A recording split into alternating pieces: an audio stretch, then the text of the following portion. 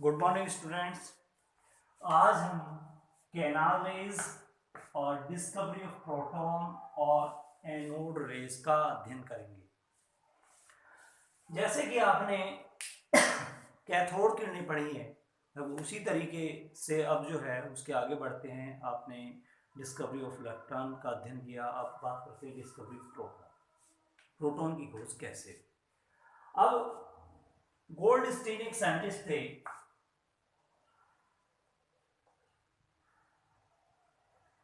Goldstein ने क्या किया, कांच की एक विद्युत विसर्जन नलिका ले ली। कांच की एक विद्युत विसर्जन नलिका ले ली और इसमें एक सिरे पर एनोड तथा दूसरे सिरे पर cathode. Cathode means minus, anode means plus.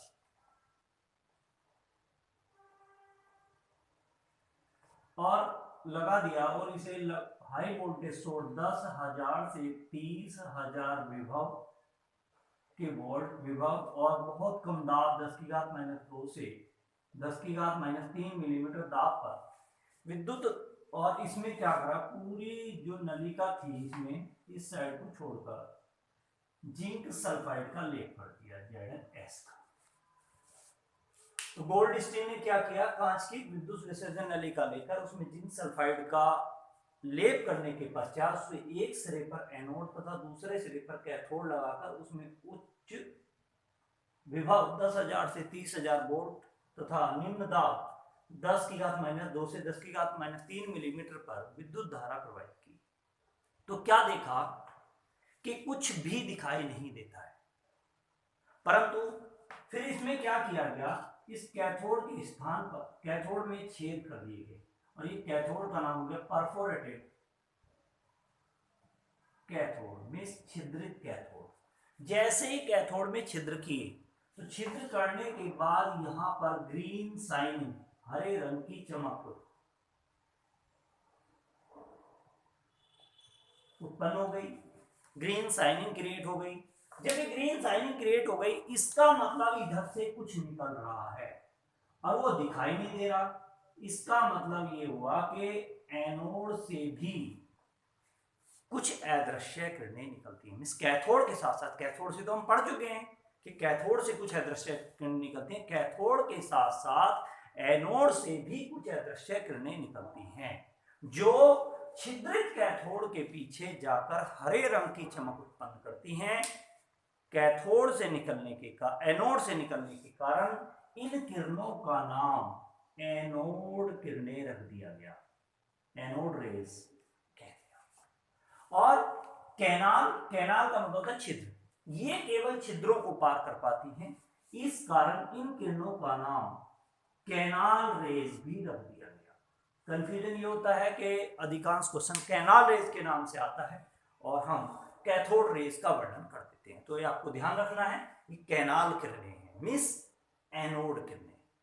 मैं पुनः बता रहा हूं कि गोल्डस्टीन ने कांच की विद्युत विसर्जन नलिका लेकर उसमें ZnS का लेप करने के पश्चात उसके एक सिरे पर एनोड तथा दूसरे सिरे पर छिद्रित कैथोड लगाकर उसे 10,000 से 30,000 के उच्च विभव व 10⁻⁻2 से 10⁻⁻3 मिलीमीटर दाब पर विद्युत धारा प्रवाहित करने के पश्चात देखा कि कैथोड के साथ साथ, कैथोड से तो निकल ही रही है, कैथोड से तो पहले से ऑलरेडी अध्ययन कर चुके हैं, कैथोड के साथ साथ एनोड से भी कुछ अदृश्य किरणें निकलती हैं जो छिद्रित कैथोड के पीछे हरे रंग की चमक उत्पन्न करती हैं।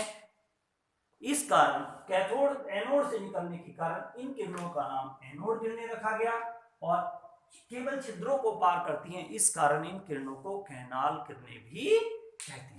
नेक्स्ट है properties of the canal raise और एनोड रेज। प्रॉपर्टीज क्या है, गुण क्या है। बिल्कुल पहले की तरह, जैसे आपने पहले पढ़ा है कि आपने क्या किया था, एक लाइट पेंडल व्हील रख दिया था, हल्के पेंडल का पहिया में इस कागज की फिरकी रख दी थी, तो वो गतिज ऊर्जा के कारण घूमने लग गई थी। गतिज ऊर्जा means kinetic energy 12 m v², मास है और वेग। इन किरणों के मार्ग में एक हल्के पेंडल का पहिया रखने पर वो अपनी गतिज ऊर्जा के कारण घूमने लग जाता है, जिससे सिद्ध होता है कि ये किरणें द्रव्य कणों से मिलकर बनी होती हैं। नेक्स्ट, इन किरणों के मार्ग में कोई अपारदर्शी वस्तु रख दी। अपारदर्शी वस्तु रखने पर उसकी शैडो पिछले हिस्से पर उतने ही भाग में बन जाती है, उसकी छाया बन जाती है, उतना ही हिस्सा उसका ब्लैक हो जाता है, जिससे सिद्ध होता है कि ये किरणें सीधी रेखा में चलती हैं। नेक्स्ट, इन किरणों को विद्युत चुम्बकीय क्षेत्र और चुम्बकीय क्षेत्र दोनों क्षेत्रों में प्रवाहित करने पर ये किरणें ऋणावेशित प्लेट की ओर मुड़ जाती हैं। अगर आप इन्हें प्रवाहित करते हैं तो ये ऋणावेशित प्लेट की ओर मुड़ जाएंगी। ऋणावेश की मींस माइनस के पास कौन जाएगा? प्लस जाएगा, क्योंकि same charge is more repulsion, opposite charge is more attraction. तो माइनस के पास जाएगा प्लस, इसका मतलब इन किरणों पर धनावेश है। जैसे हमने पढ़ा था कि ये किरणें कैथोड किरणों के लिए हमने पढ़ा था कि किरणें प्रतिदीप्ति उत्पन्न करती हैं, ये स्फुरदीप्ति उत्पन्न करती हैं। प्रतिदीप्ति और स्फुरदीप्ति में क्या अंतर है? प्रतिदीप्ति टेक द इमीडिएट रिएक्शन, जैसे बल्ब ऑन किया, एकदम स्विच ऑन किया, बल्ब जलने लग गया, स्विच ऑफ किया, बल्ब बंद हो गया, क्लोज हो गया। और स्फुरदीप्ति जैसे हम हीटर को ऑन करते हैं, लाइट ऑन की, अगर वोल्टेज कम है तो हीटर बहुत देर में जो उसका एलिमेंट है जो बहुत देर में गर्म होगा, और एक बार रेड हॉट हो जाएगा तो बंद करने के काफी देर बाद तक भी वो एनर्जी देता रहता है।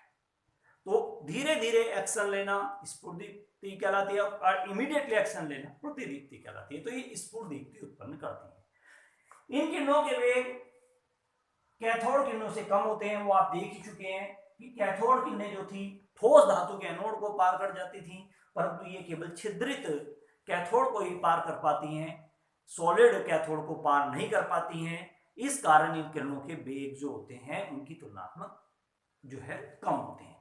नेक्स्ट, वो फोटोग्राफिक प्लेट को काला करती हैं, ये भी फोटोग्राफिक प्लेट को काला करती है। फोटोग्राफिक प्लेट का मतलब कैमरे की रील या एक्सरे एनीथिंग जो भी है, ये भी फोटोग्राफिक प्लेट को काला कर देती हैं। उसके बाद है next, nature of the canal raise.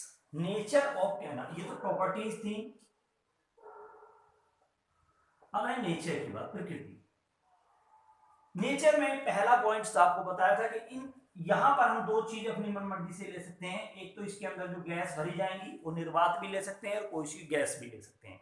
दूसरी बात, हम जो इलेक्ट्रोड है मींस कैथोड और एनोड दोनों की बात करें तो कैथोड और एनोड हम ये किसी भी धातु के ले सकते हैं जिसके हम चाहें। तो ये दोनों चीज हम जब चेंज करते हैं तो हम देखते हैं E/m का मान नलिका में ली गई प्रत्येक गैस और प्रत्येक धातु के इलेक्ट्रोड के लिए डिफरेंट आता है। इसका मतलब क्योंकि वीक है, कमजोर है, आप जानते हैं कमजोर जो पर्सन होता है वो हर व्यक्ति से अफेक्टेड होता है, तो ये भी कमजोर हैं। जबकि पहले में आपने पढ़ा था उनके लिए हमेशा एक ही मान आता था, ये वो इफेक्टेड नहीं होती थी, बट ये इफेक्टेड होती हैं। तो जो ये कैनाल किरणें हैं ये नलिका में ली गई प्रत्येक गैस तथा जो भी इलेक्ट्रोड आप जिस भी धातु का लेंगे हर एक के लिए E/m का मान डिफरेंट आएगा, अर्थात ये नलिका में ली गई गैस और प्रत्येक धातु के इलेक्ट्रोड पर निर्भर करता है। आज के लिए काफी धन्यवाद।